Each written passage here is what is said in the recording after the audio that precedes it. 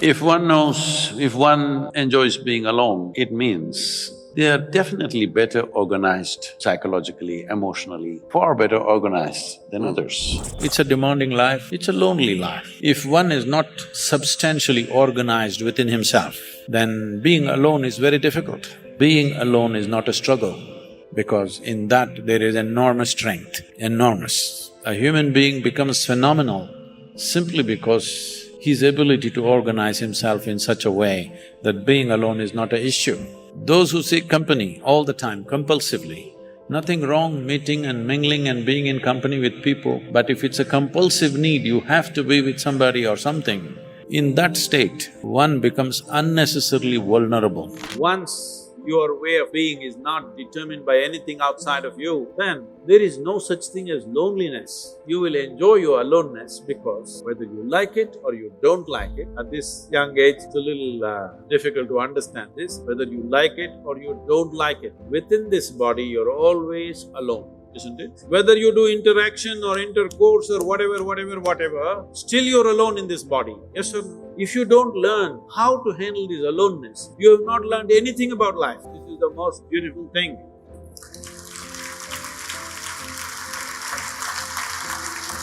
The most beautiful thing about life is, nobody can get here, it's just my space. Isn't this the most beautiful thing? Nobody can invade me. They can capture me, they can torture me, they can do so many things, but they cannot invade me because I have a space which is just my own. Isn't this the most wonderful aspect of your life? Don't suffer that. That is the most beautiful thing. When Gautama, the Buddha, was asked, is it better to walk alone or in company? He said, it's better to walk alone than to walk with a fool. A yogi is always alone by choice. Not because he doesn't get along with people, simply because he's so well organized, usually he doesn't find any company which is that well organized. If you want to do a short and quick journey, walk alone. When you want to do a long journey, walk in company. But the important thing is, who is walking with you?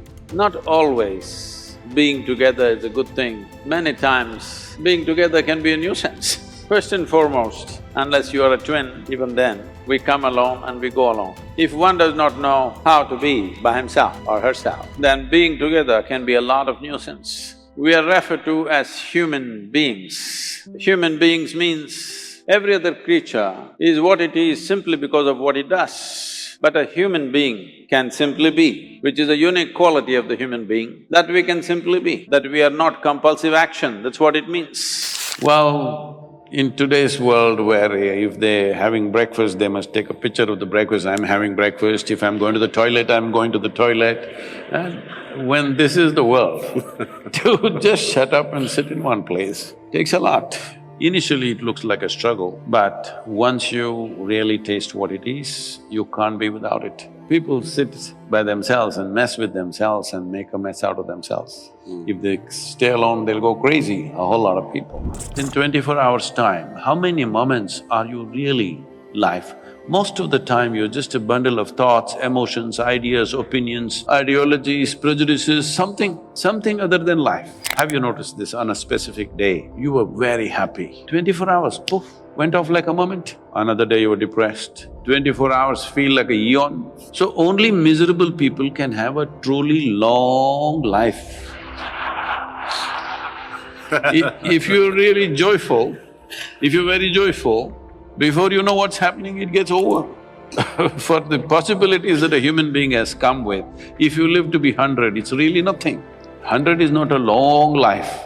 100 is nothing if you're really ecstatic, it'll just pass away like this in no time. If you're miserable, every day feels like 100 years. So time is a very relative experience, but the only thing that you can master is your energies. Energetically, if you're at a certain level of intensity, what somebody does in 10 years, you will do in 1 year. Because of this, the impact and the profoundness of your experience, in terms of experience, the profoundness of experience, in terms of activity and impact in the world, it may be like 1,000 years, though you lived only 100 years, simply because you have multiplied yourself. But time is limited. Personally, I've spent a lot of time by myself in the jungles of southern India, in the Himalayas. Now every year I spend time in Tibet. These days it's very difficult for me to be alone. People are all the time. And do you like that? Is that something that you now seek, that time alone, or I'm at my best when I'm alone. Ah. So it's like this, if I shut myself up once in a way from everything around me, because otherwise I'm 7 days of the week, 365 days, 22 hours a day, I'm on. So, if I shut myself, I don't read anything, I don't watch television, I don't use the phone, I don't even look out of the window. If I just sit there, 4-5 days, I don't have a single thought in my mind, I simply sit. They are the best times. If I do that once, next few years, non-stop, no vacation, no holiday, no weekly holiday, no nothing, we just go on and on and on because once you touch the source of your life, the way the surface functions is almost… people around me think I'm superhuman. No, this is not about being superhuman. This is about realizing being human is super, because there is a phenomena of life within you which is far bigger than all the entertainment you have. One of the important processes of spiritual sadhana we give, the tools that we offer, is always to go into silence. People go into silence. From 3 days to 3 years, 4 years like this, people go on silence, not saying a word to anybody. Because most people are only living with their psychological drama of their own thought and emotion.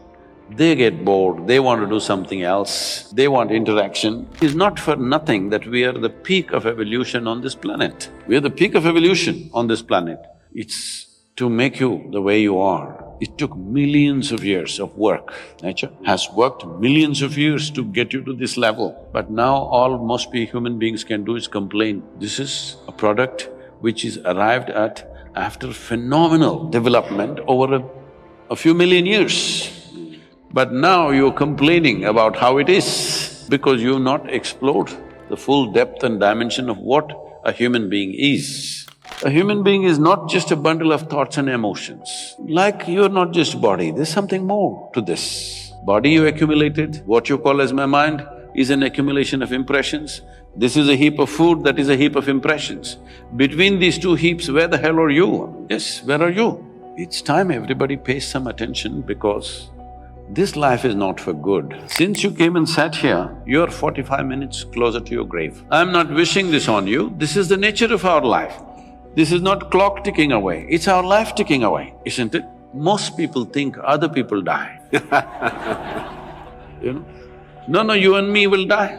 If you understand that this is a limited amount of time and energy, you would see how to master this in some way. Do whatever you want. You can't stop 1 minute from rolling, isn't it? Whoever you may be, can you stop it? No. It's rolling away for all of us at the same pace. Well, how quickly, how rapidly or how slowly simply depends on how joyful or how miserable you are. In Tamil language, this is very well said. When somebody dies, we don't say he died. We say, kalamaitange. That means his time got over. Perfect. It's a perfect description. Time got over, that's all that happened.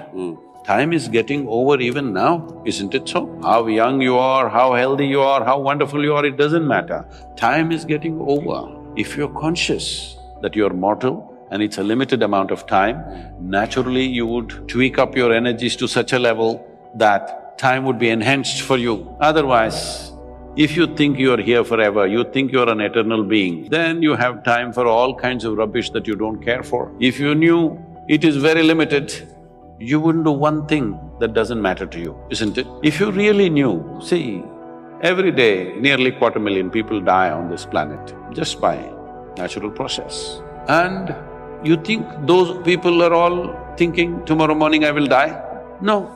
Lot of people were going to their office, somebody was going home, somebody had all kinds of dreams, young people, old people, all sorts of people die every day in the world.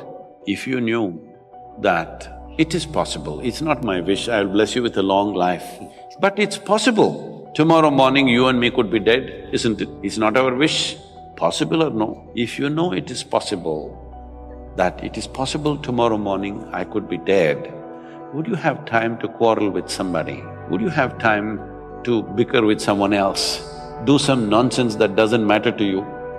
You would do only what truly matters to you. If every moment of your life, if you're doing what really matters to you, you will live a wonderful life. What is the highest value in your life? Freedom or bondage? Please, I would like to hear that word. Freedom. If you are free, you feel lost. So this is a evolutionary issue. In the sense, human beings are right now like this. A caged bird, if you keep a bird caged for a long period of time and then one day you took off the door of the cage, still the bird won't fly. From inside it will protest that it's not free, but it will not fly. Human condition is just that.